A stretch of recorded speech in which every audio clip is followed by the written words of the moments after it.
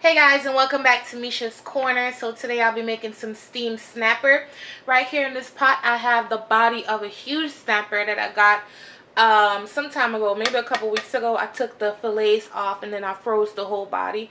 So now I thawed it out and I'm going to make kind of like a little bit of stock to pour over the steamed fish. So down in here I have some carrots and I have some allspice berries. I don't know if you could see that. There go the carrots and some allspice berries. And that's all I'm putting in there. You could put the onions and all of that, but it really doesn't matter. I just want some flavored liquid versus just straight up water. So then I'm also going to add some pink salt. Put it on the stove, boil it to death.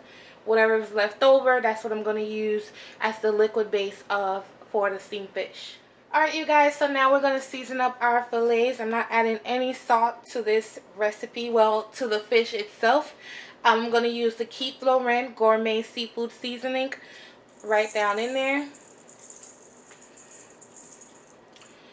I'm also going to use his hot Scotch bonnet pepper sauce. I do not have fresh Scotch bonnets, and I prefer his sauce anyway because it has flavor to it and it's just delicious. So I prefer that. Then I'm also going to add my new obsession, which is my sushi ginger. I got this from an Asian market, and that's where I got it from. I love it. It's like a tangy ginger. It's like they grate it and like put something on it. It turned pink and tangy. So it's really delicious. So I'm going to mix this up and allow it to marinate, and then we're going to move to the next step. Alright you guys, so the rest of the ingredients is I have carrots, onions, different color peppers. I have a lime right here. I'm going to use the juice of this whole lime. I have some ketchup here. I know it sounds crazy, but I'm only going to use maybe a tablespoon or so of it, especially since I do not have tomatoes. Right here I have my fresh thyme. I think I already said that. And yeah, that's pretty much it. And the fish is back here, and of course, you know, we have that nice broth that's going to go over it. So you don't need much, plus the fish is really seasoned. Alright you guys, so I had my carrots going for about 5 minutes now. You know they take longer to cook than the actual veggies. And then I'm just going to add all the peppers and onion. It looks like a lot, but it's going to cook down. I'm going to saute these until they wilt. Then we're going to add the other ingredients along with the broth. Alright you guys, so it cooked down a bit. Now I'm going to add my lime juice. I also added salt and pepper to this, not a lot. Because again, you know, we season the fish, so you want to taste your sauce before you even start adding your salt. But I added a little bit. Now add the juice of my entire lime down in there. And you're going to add your fresh thyme. Oops, making a mess. You're going to add your ketchup, just a tad. And then you're going to start ladling in your broth.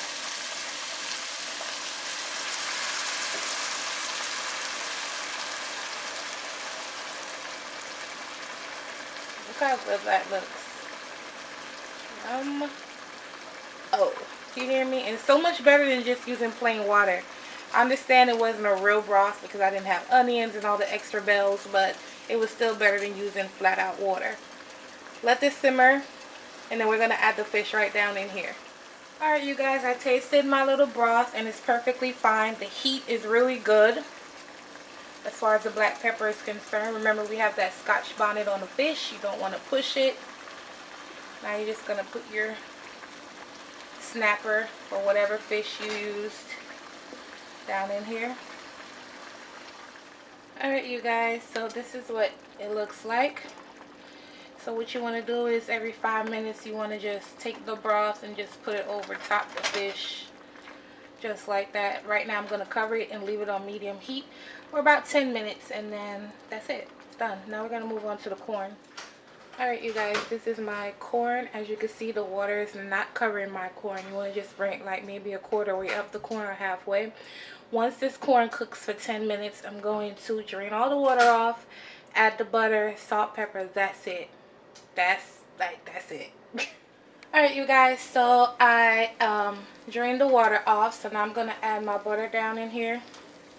Now all you're going to do is shimmy the pot. That's it. I have my stove, I think, yeah, that's the lowest setting. I'm going to add some pepper down on there. salt. You already know I'm using pink salt. And why not? I have some extra thyme I'm going to sprinkle on there too. Why not? Why not? Why not? Just let the butter melt down, shimmy the pot, and that's it. My corn is still nice and bright because it's perfectly cooked. I only steamed it for 10 minutes.